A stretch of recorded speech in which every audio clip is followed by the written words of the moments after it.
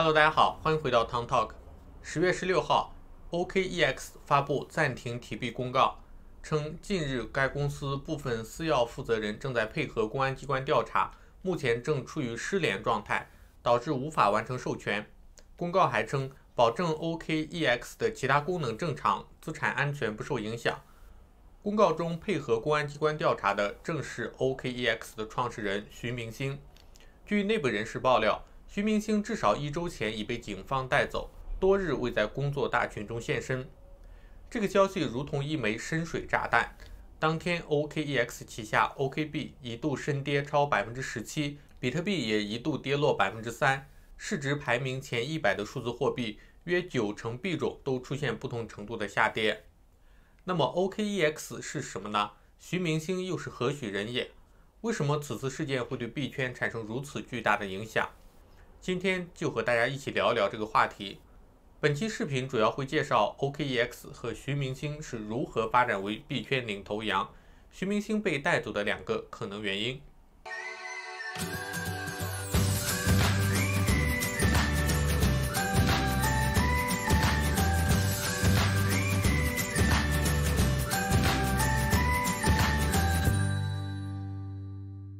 OKEX 交易所成立于2014年1月，其官方网站的联系地址位于马来西亚吉隆坡。OKEX 是中国第2大，也是全球第2大数字货币交易所平台，面向全球用户提供比特币、莱特币、以太币等150余币种的交易服务，已经覆盖200余个国家和地区，有大量的境内境外投资者将他们的纸质货币转换为数字货币。在 OKEX 交易所参与各种数字货币的投资，并将资产储存在 OKEX 交易所的钱包当中。提币实际上就是投资者将数字货币卖出并兑换为人民币、美元等法定货币。无法提币就相当于你到银行取款，银行告诉你不好意思取不了。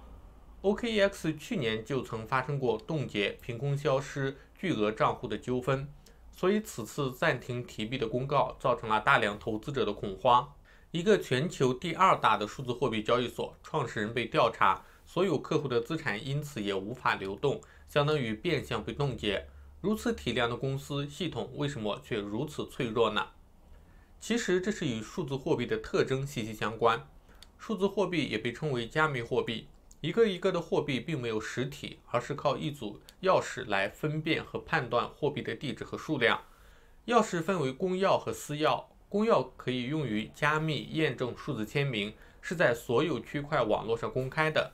私钥则是非公开的，由用户自行保管，只有使用私钥才能解密这组钥匙，从而发送或接收数字货币。可以说，拥有私钥就等于拥有整个交易所的资产。这样巨大的权力当然是在 OKEX 的创始人徐明星手里。徐明星被带走调查，无法与外界联系，自然无法使用私钥对交易所的交易授权。根据德国区块链数据研究公司的数据， OKEX 的钱包大约有20万枚比特币，价值150亿人民币，约占流通中的1%。这还不包括 OKEX 交易所的其他类型的数字货币资产。这么一想，徐明星被带走调查而引发的币圈震动也就不奇怪了。那么徐明星是如何在币圈发家，成为币圈叱咤风云的人物呢？徐明星出生在江苏省洪泽县，从小就是个勤奋好学的农村小子。在广为流传的版本中，徐明星成为币圈大佬的人生路上有2个重要节点，一个是退学创业，第2个是投资比特币。退学创业是喝了马云的鸡汤。2006年，徐明星还在人大读研究生，电视里看到马云在赢在中国的演讲。马云在演讲中说，我这种考大学考了3次的人都能成功，世界上80%的人都能成功。这句话让徐明星心潮澎湃，萌生了退学创业的想法。但之后的创业之路并不顺畅。徐明星退学后跟人合伙创立了团购网站万团网，很快以失败告终。在雅虎工作一段时间后，他结识了林耀成，参与了豆丁网的创业，从工程师一直做到 CTO。2012年，他试水餐饮 O2O， 准备大干一场，然而亏损几个月后，项目还是黄了。徐明星人生的真正转折发生在投资比特币之后。而这是受了一部美剧的影响。2011年，徐明星通过美剧《傲骨贤妻》无意中了解了 Bitcoin， 比特币就是未来，世界将因此发生改变。这句台词对徐明星影响很大，让他自此迷上了比特币。徐明星第一次买入比特币的时候，比特币的价格不到$20，他一口气买了几百个。2013年，徐明星成立 OKCoin 比特币交易平台，成立之初便获得了创业工厂和硅谷知名投资人的$100万天使投资。几个月后，又完成由策源创投领投的 A 轮$1000万的融资。2014年，为了规避国内相关法律的监管，徐明星又成立了 OKEX， 其实就是 OKCoin 的国际网站。现在徐明星俨然大佬，在其庞大的公司版图中，有交易所、投资公司，还有广告公司、媒体。2018年胡润富豪榜上，徐明星身家高达100亿人民币。那么风光无限的徐明星为什么会被突然调查呢？最初的 OKEX 只是 OKCoin 的国际站， OKCoin 则是面向国内用户的交易平台。2017年9月4日，央行等7部委联合发布关于防范代币发行融资风险的公告，要求数字货币交易所必须关闭后，境内所有的交易平台都被清退，纷纷出海，大搞金蝉脱壳，寻找替身。OKEX 也就成了 OKCoin 的海外替身。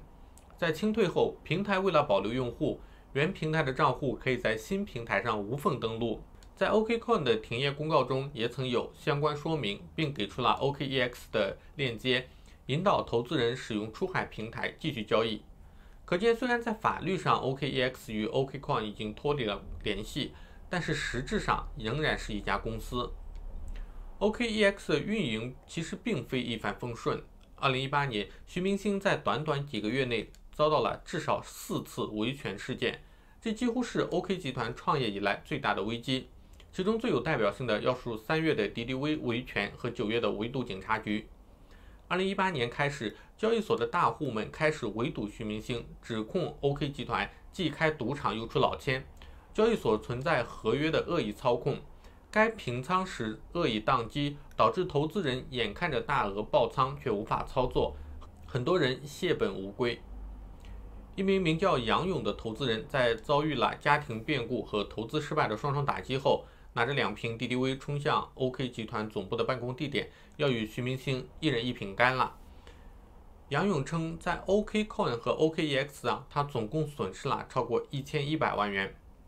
投资人吴某称，自己的280万个 EOS 瞬间消失，没有分批吃单的痕迹，事后也查不到对方的交易数据，期间发生异常也无法操作，像是交易所被拔了网线。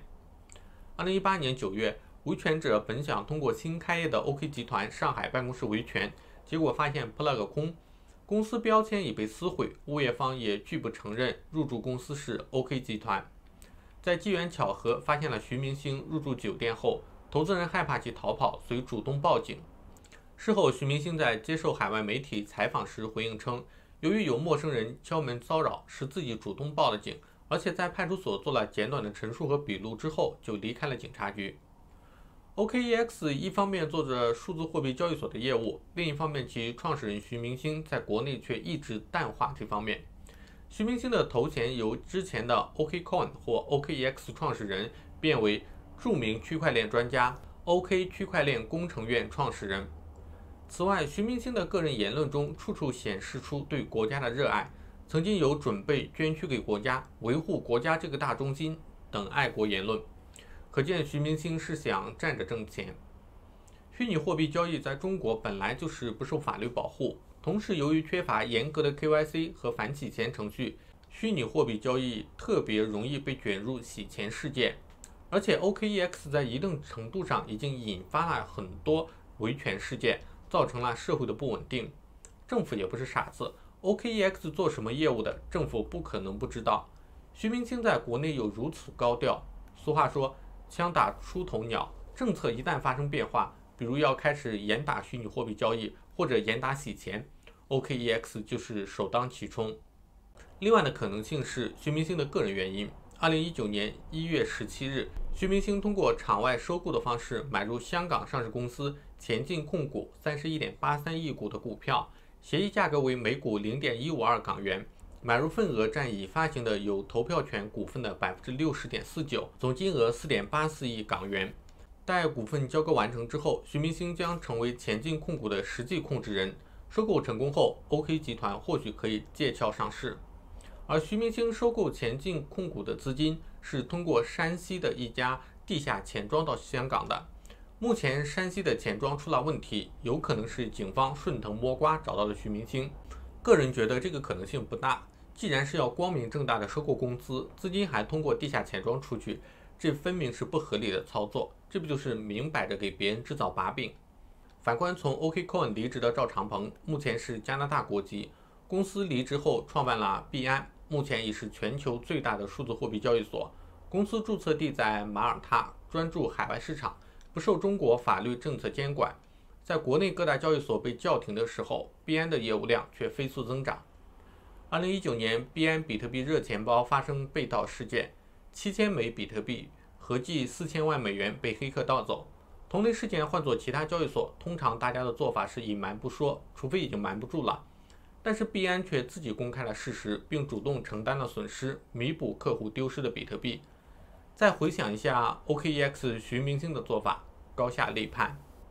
总之，不管徐明星被带走的原因是什么，毫无疑问的是，中国对数字货币的监管必定会越来越严格。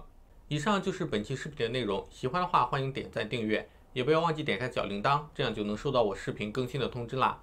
那我们下期再见，拜拜。